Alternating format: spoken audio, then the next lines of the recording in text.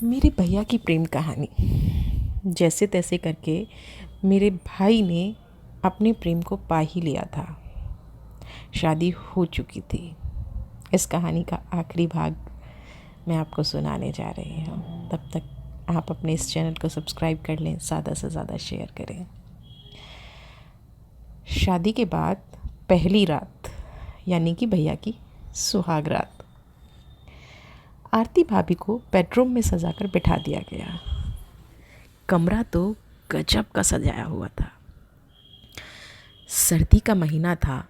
आरती भाभी का भैया के साथ मजाक करने का मन हुआ तो भाभी ने बहुत सारे कपड़े पहन लिए। भाभी एक हट्टी कट्टी पहलवान लग रही थी। भैया कमरे में अंदर आते ही भैया तो काफ़ी रोमांटिक मूड में थे, लेकिन भाभी का तो मजाक करने का मन था।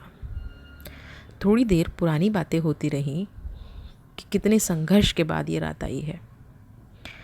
भाभी ने बताया कि कैसे भैया ने कपड़े खोलने शुरू किए। पहले एक, फिर दूसरा, फिर तीसरा।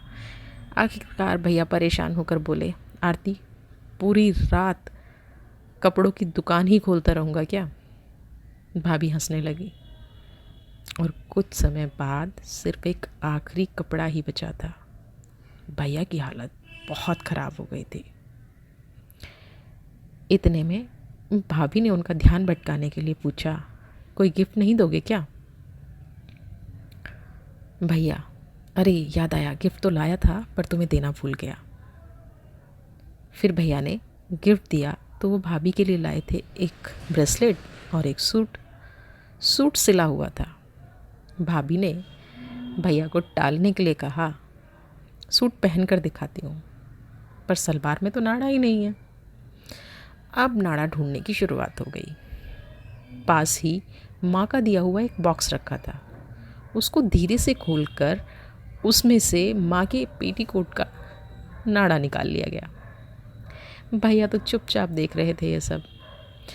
भाभी ने जैसे ही बॉक्स खोलकर पेटीकोट को वापस रखा, उनके हाथ पर बॉक्स का ढक्कन ज़ोर से गिर गया और भाभी की बहुत ज़ोर से चीख निकल गई।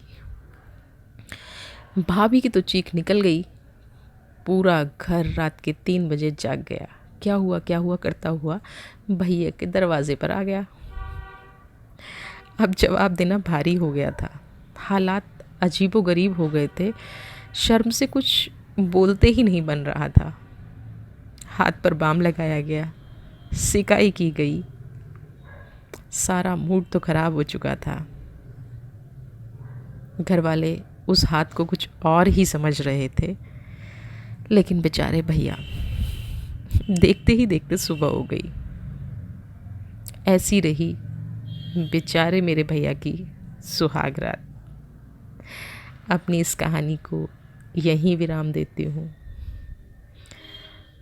अगली कहानी के साथ आपके साथ फिर से प्रस्तुत होंगी। तब तक के लिए नमस्कार, गुड नाइट, स्वीट ड्रीम्स।